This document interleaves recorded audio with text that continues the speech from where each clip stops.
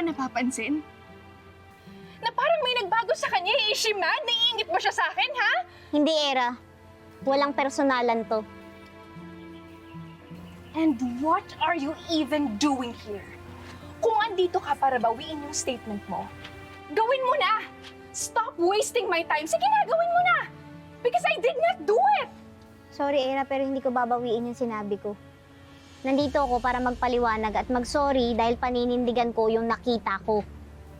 Nakita mo ba si Era na binangga at basta iniwan niyo matanda?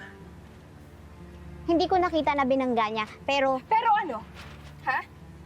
Bakit ba proud ka to pin me on a crime that I did not do? Ano bang gusto mong patunayan, Lilith? Na magaling ka, ha? Then fine! You won the trial! And now what? You're setting on a crusade on your greatness? Hmm? Ganito bang klaseng kaibigan ang gusto mo, Bonnie? Na kayang gumawa ng kwento para lang makulong yung babaeng minamahal mo? Bonnie, tinanong kita. Ang sabi mo, magsalita ako. Dahil hindi malinaw sa akin ang totoo. Hindi mo sinabi sa akin si Era tinutukoy mo eh. At dahil girlfriend ko yung naiipit, kailangan baguhin ko yung totoo? Alam mo, hindi ko alam kung paano mo nakukuha ang humarap sa amin. Ikaw ang posibleng dahilan pag nakasuhan si Era. Buti pa, umalis ka na lang.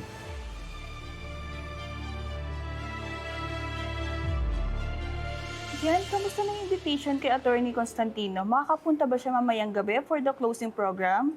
Not yet. I was hoping na kung hindi talaga po pwede, we can ask Attorney Meredith to replace him. Total, nandito naman siya. Eh, kaso, mukhang may problemang mag-ina eh. At involved naman sa Attorney Matias. Why? What happened? Hindi mo ba narinig yung sinabi ni Bonnie? Umalis ka na! Sorry, Era. Alam ko hindi madali itong sitwasyon, pero nakita ko yung nakita ko. Abogado ako, abogado tayo. Kailangan nating panindigan yung tama. Lilith, is this your way of doing something that's right? Declaring one-sided statements? Hilaw na hilaw eh. Kung baga sa kanin, latang-lata. Eh, ikaw. Kanin na sunog. Bigas na naging uling, grasya na nadisgrasya, pagkain na naging laso na lang sa lipunan.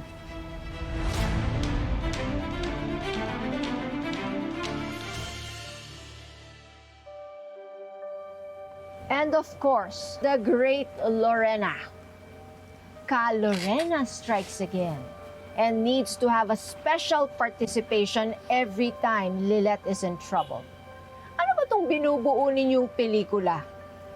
Lilith and Friends?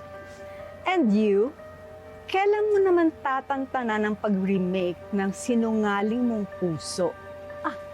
Wait. Manananggal in Manila, Trial Court. Talaga lang, Meredith, sisipsipin mo ang malinis na dugo ng isang tuwid at mahusay na abogado para gawing halimaw kagaya mo? Gusto mong baliin ni Lilith ang batas para lang mapagtakpan ang kasamaan niyang anak mo? Walang kasalanan ng anak ko. Hindi siya nagsisinungaling. I'm not surprised. I know you will cross all the lines for your own interests. You did it before. You broke our friendship rule. It seems that you're having fun breaking rules over and over again.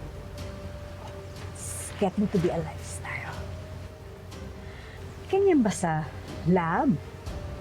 Susunod lang kayo sa batas kapag convenient? Mga ipokrito. Halika na, Lilith.